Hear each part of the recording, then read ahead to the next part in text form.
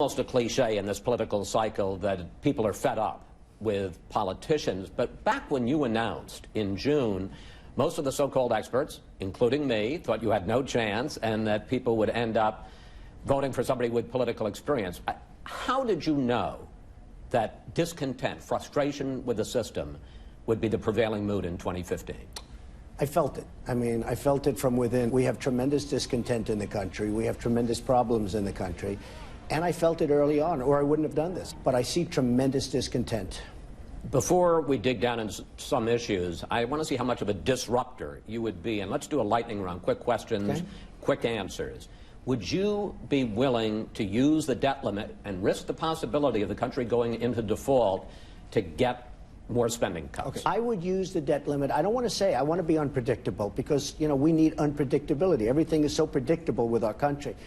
But I would be very, very strong on the debt limit, and I would be asking for a very big pound of flesh if I were the Republicans. And the problem with the Republicans, they have two sides. The smaller side is very strong, and the other side is always agreeing. And, you know, you can't do that. Would you be willing to shut down the government in order to defund Planned Parenthood or to push some other key policy goal? I do not want to say that because I want to show unpredictability. You have to. You can't just go around and say that.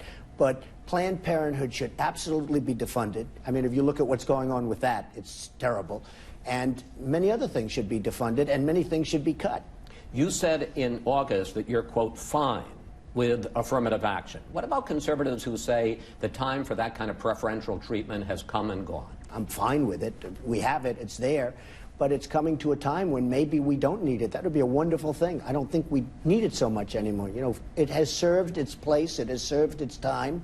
Some people have loved it, and some people don't like it at all. But I think there'll be a time when you don't need it. You are one of the few candidates who has come out with a detailed tax plan. Let's drill down into that. You would cut the 7 tax brackets to 4. Correct. 0, 10%, 20%, 25. You'd cut the corporate tax rate from 35% to 15%. You would limit deductions for higher income earners, and you would eliminate carried interest, preferential tax treatment for hedge funders. What's the thinking? Well, the thinking is we have the highest tax rate in the world. In the entire world, we have the highest tax rate. There's gridlock in Washington because there's no leadership. So what I'm doing is a large tax cut, especially for the middle class, and we're going to have a dynamic country. We're going to have dynamic economics, and it's going to be something really special, and people are going back to work. But there are two concerns. The Conservative Tax Foundation says that over 10 years you would add $10 trillion to the deficit. And there's also the question of who would benefit under your tax plan. The Tax Foundation says the middle class would see after-tax income increase 7.2%. The top 1% would see a spike of 21.6%. So between that and ending the estate tax, the Trump family and folks like you would make out great. The estate tax has been a disaster. First of all, it's double taxation. Some people could even say it's triple taxation. But how about the idea that you're going to blow a hole in the deficit and that the top 1% is going to make out a lot better? Well, they're going to make out better if the economy gets better. The economy is very sick. We're losing our jobs to China, to Japan, to every country. We're making horrible trade deals. We are losing jobs in this country. Hundreds and hundreds of thousands of jobs are being lost. And part of the reason is our taxes are so high in this country. I'm also cutting. You know, they don't talk about that, and I'm doing that in a different little policy segment that we're going to be announcing in 3 weeks. Spending. But we're going to be cutting tremendous amounts of money and waste and fraud and abuse. You know, they had a case. Would you cut departments? No, I'm not cutting services, but I'm cutting spending. But I may cut Department of Education. I believe Common Core is a very bad thing. I believe that we should be, educating our children from Iowa, from New Hampshire, from South Carolina, from California, from New York. I think that it should be local education. If you look at a Jeb Bush and some of these others, they want them to be educated by Washington, D.C. bureaucrats. So Department of Education is one. Environmental protection, what they do is a disgrace. Every week they come out with new regulations. They make it impossible. Who's going to protect the environment? We'll be fine with the environment. We can leave a little bit, but you can't destroy businesses. You brought up trade. You would end NAFTA, you would kill the Pacific Trade Agreement, you would impose tariffs on some products like 35% on Ford cars made in Mexico. The Wall Street Journal says that you are running as, quote, the most anti-trade candidate since Herbert Hoover. Okay, so here's the story. First of all, the Wall Street Journal was bought for $5 billion. It's now worth $500 million, okay? They don't have to tell me what to do. The Wall Street Journal has been wrong so many different times about so many different things. I am all for free trade, but it's got to be fair. When Ford moves their massive plant to Mexico, we get nothing. We lose all of these jobs. What do we get out of it? I don't want them to move their plants. But I want to pick up on that because... No, the point is, I don't want them to move their plants. I want them to stay in Michigan. I want them to stay in all of the places where they are or expand into other places. But I want it to be in the United States. I don't want them to go to Mexico. I don't want them to go to China. This brings up the point. The Conservative American Enterprise Institute says, look, Donald Trump, he owns 12 hotels, properties all over the world. Your Trump Collection clothing line, some of it is made in Mexico and China. That's true. And I want it to be made here. I know, but the point they say is you're doing just what Ford is. You're taking advantage of a global trading market. I never dispute that. I put it in my speeches. I say the ties are made in China and different things. I don't want that. I mean, I just ordered 4,000 television sets. You know where they come from? South Korea. And yet we defend South Korea for practically nothing. We have 28,000 soldiers. They're making a fortune. I don't want to order them from South Korea. I don't think anybody makes television sets in the United States anymore. I don't want to order from South Korea. I want to order from here. I talk about it all the time. We don't make anything anymore. Now you look at Boeing. Boeing's going over to China. They're going to build a massive plant because China's demanding it in order to order airplanes from Boeing. So Boeing now is going to China, building a massive plant. I don't want that. I don't want that. You say that eminent domain is wonderful, and you talk... I don't say wonderful. I say eminent domain is something you need, Chris. Eminent domain, if I build a highway... Chris, and I know exactly what you're saying, but if I build a highway, and if something's in the way of the highway, you're going to have to do something with that. I understand that, and that's the idea of using, taking private property for a public use.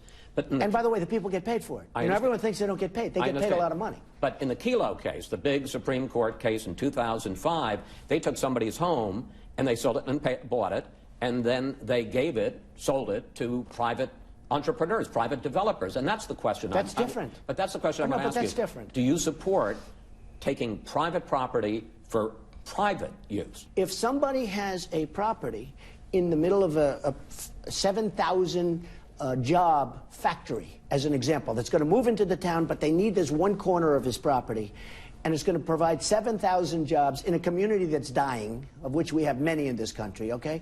I am for that. That's a big economic development. But remember this, all of these people that we're talking about, they're friends of mine. They all love the Keystone Pipeline, right?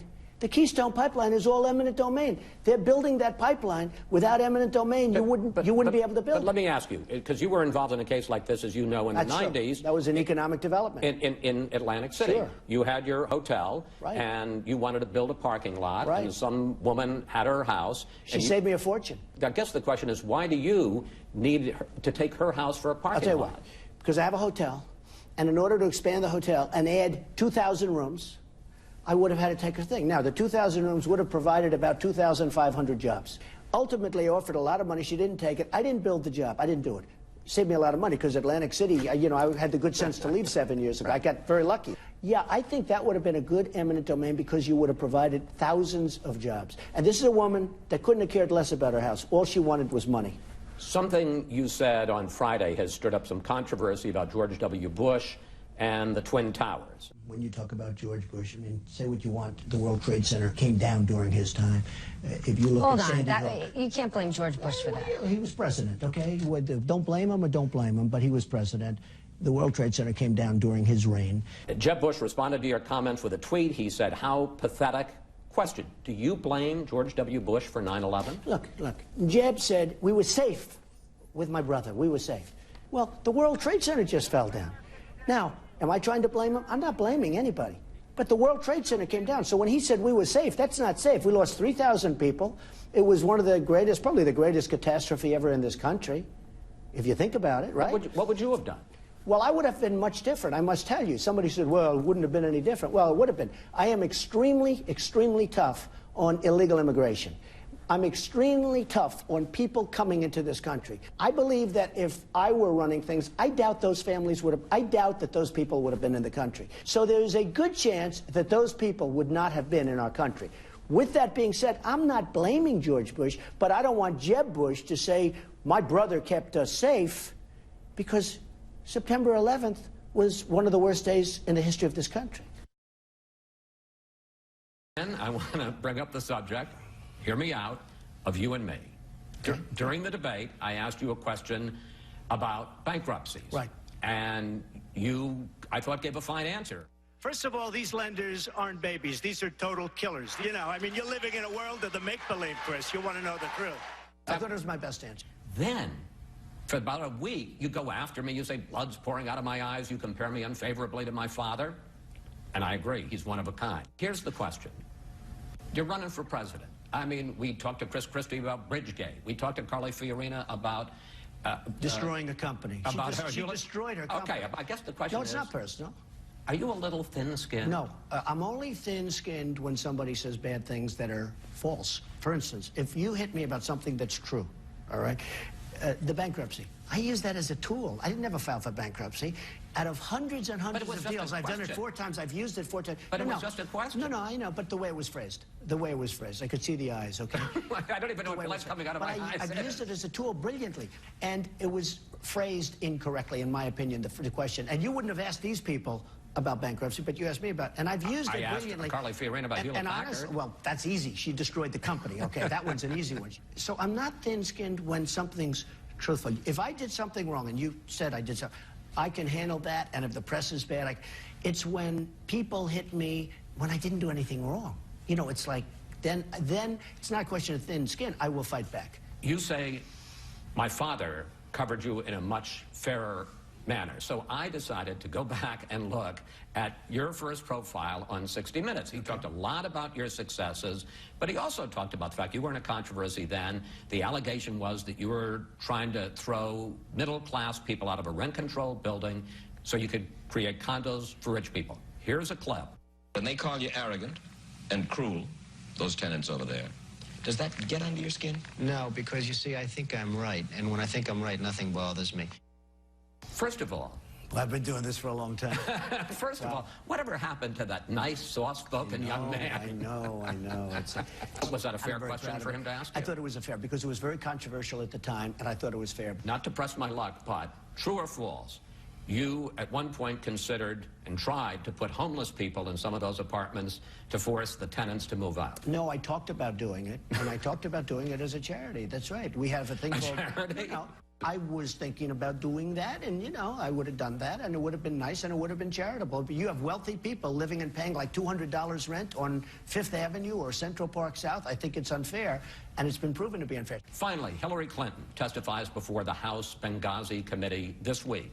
What is it you would like to find? Let's look at the polls. According to the latest Real Clear Politics average, you are leading everywhere. You're leading nationally. You're leading in all the early states.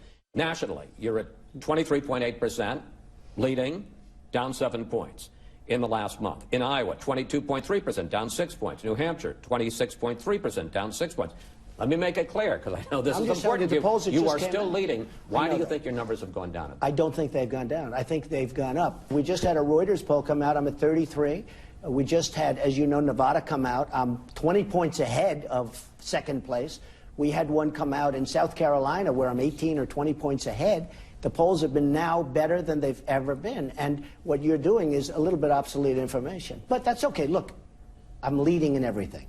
Late this week, you forced, I think it's fair to say, you and Ben Carson forced CNBC to change the ground rules for their debate. And Carly Fiorina went after you and Carson. She said, first of all, what are they scared about standing up for 3 hours? And then she said this. They also apparently asked for prepared statements. You know, prepared statements are what politicians do. So honestly, here are two outsiders, supposedly, Donald Trump and Ben Carson. They sound a lot like politicians tonight to me. Look, first of all, she's going nowhere. You talk about dropping in the polls. She's dropped like a rock. I could stand there for 12 hours. I could stand there for 20 hours. But the people can't take it. Who wants to watch a debate for 3 hours? I couldn't watch Hillary for an hour and a half. And when I heard it was a 3-hour debate that was only done to make more money for the company, for the network, I said I'm not going to participate because I thought the CNN debate was ridiculous. It was too long, and people were turning off. Who's going to watch a debate that long? You know, it used to be 1 hour when it started. It used to also get no ratings, and both CNN and Fox broke the all-time record on cable television. So I wonder why. Do you have any idea why? I think Maybe it was because of the moderators. I think so. I do. I think so. Great Which brings me to the question of temperament, which I think you would agree is important. I think it's very important. In a president. Right. First of all, what's the deal with the tweets? Why are you sitting there at night watching TV and tweeting out? Well, I think it's fine. It's a great way of getting my word out. I love Twitter and tweeting, and I have, between that and Facebook, I have like 10 million followers. It's a great way. You know, now if you do something bad to me, I can tweet about Chris, and the world will be seeing it. And you have. No, and you know what? Truthfully, it's an amazing way of getting the word out. But does Mrs. Trump ever say, Donald, turn off the TV, come to bed? Oh, I don't do that much, and usually it's not too late. No, I just think it's an amazing way. You know, we're in a modern age now. We have to get with it. It's Twitter and Facebook and all of this stuff is, to me, I mean, it's, for some reason, I'm probably not the youngest person using it, but for some reason it works very well. I'm, you know, setting records. In fact, for the debate, you know, I'm talking about the Democrat debate, and they use Democratic. It's really Democrat. You know that, okay? They called it wrong. It's really the Democrat. But the Democrat debate, I picked up more followers by many times than anybody else. And there were those that said I won the debate because I picked up all the followers. But no, I think it's a great modern way of getting the word out. During the campaign, you have called Marco Rubio a puppet, Jeb Bush low energy, Rand Paul a lightweight, and just this week you called Bernie Sanders a maniac. And a communist. And a communist. Do you think that's presidential? Is Yes. that the way you would act in the White House? Look, I'm running against a lot of people, and they come out and attack me very viciously, very viciously. I mean, Perry, I thought he was a nice guy. He was always a friend of mine. He had won campaign contributions. He was always very nice. All of a sudden, boom, I hit him very hard. I hit Rand Paul very hard. Look what happened to him. I'm a counterpuncher. I don't have a choice. If you look at what they say about me, it's terrible. I mean, they say terrible things about me. Bobby Jindal, you talk about lightweights. This guy's a real lightweight. And he hit me. I don't even know this man. And he hit me because, and they're not hitting me on fact, they're hitting me in order to try and pick up something in their polls. The thing I'm most honored about is every single person that went after me, including Jeb Bush, who's down, boom. Every single person that went after me has gone way down. And I'm very honored by that. And that's what the country needs. The country needs a leader that when the country gets hit, we're going to come out on top, not keep going down, because we're going down. Our country is going down. Then I want to bring up the subject, hear me out, of you and me. Okay. During the debate, I asked you a question about bankruptcies. Right. And you, I thought, gave a fine answer. First of all, these lenders aren't babies. These are total killers. You know, I mean, you're living in a world of the make-believe, Chris. You want to know the truth. I thought it was my best answer. Then, for about a week, you go after me. You say, blood's pouring out of my eyes. You compare me unfavorably to my father. And I agree. He's one of a kind. Here's the question. You're running for president. I mean, we talked to Chris Christie about Bridgegate. We talked to Carly Fiorina about... destroying a company. She destroyed her company. Okay, I guess the question is... No, it's not personal. Are you a little thin-skinned? No. I'm only thin-skinned when somebody says bad things that are false. For instance, if you hit me about something that's true, all right, the bankruptcy, I use that as a tool. I didn't ever file for bankruptcy. Out of hundreds and hundreds of deals, I've done it 4 times. I've used it 4 times. But it was just a question. No, I know, but the way it was phrased. The way it was phrased. I could see the eyes, okay? I don't even know what blood's coming out of my eyes. I've used it as a tool brilliantly. And it was phrased incorrectly, in my opinion, the question. And you wouldn't have asked these people about bankruptcy, but you asked me about, and I've used it brilliantly. I asked Carly Fiorina about Hewlett-Packard. Well, that's easy. She destroyed the company. Okay, that one's an easy one. So I'm not thin-skinned when something's truthful. If I did something wrong, and you said I did something, I can handle that, and if the press is bad, it's when people hit me when I didn't do anything wrong. You know, it's like, then it's not a question of thin skin. I will fight back. You say, my father covered you in a much fairer manner. So I decided to go back and look at your first profile on 60 Minutes. He talked a lot about your successes, but he also talked about the fact you were in a controversy then. The allegation was that you were trying to throw middle-class people out of a rent-controlled building so you could create condos for rich people. Here's a clip. When they call you arrogant and cruel, those tenants over there, does that get under your skin? No, because you see, I think I'm right. And when I think I'm right, nothing bothers me. First of all, well, I've been doing this for a long time. First of all, whatever happened to that nice, soft-spoken young man? I know.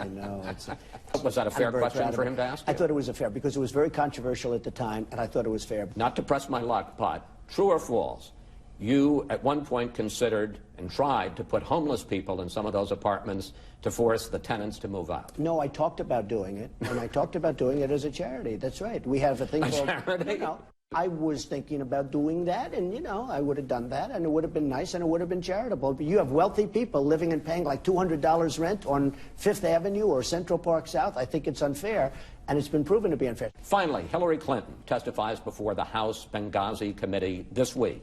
What is it you would like to find out about both her role in Benghazi and about her emails? I think things will be revealed. Personally, I think that Hillary was one of the worst, if not the worst. I mean, if you look at the record, Secretary of States ever in this country. I think that's the bigger problem that she's got. I don't think Benghazi's as big a problem for her as her past and what's happened. The world blew up around her. You look at the world, it just blew up around her. Everything went bad, whether it's Libya, whether it's her tenure in Iraq, and there's been plenty of bad tenures having to do with Iraq because of the length. Things that happened during her tenure were a disaster. I think she's probably going to go down as the worst Secretary of State in the history of this country, and I think that will be what I will tell you, that will be what I will be campaigning on. Now, what's going to happen with Benghazi will be very interesting. I look forward to it. If you end up as the Republican nominee and she's the Democratic nominee, how would you take her on? I'd take her on tough. I'd just take her on her record.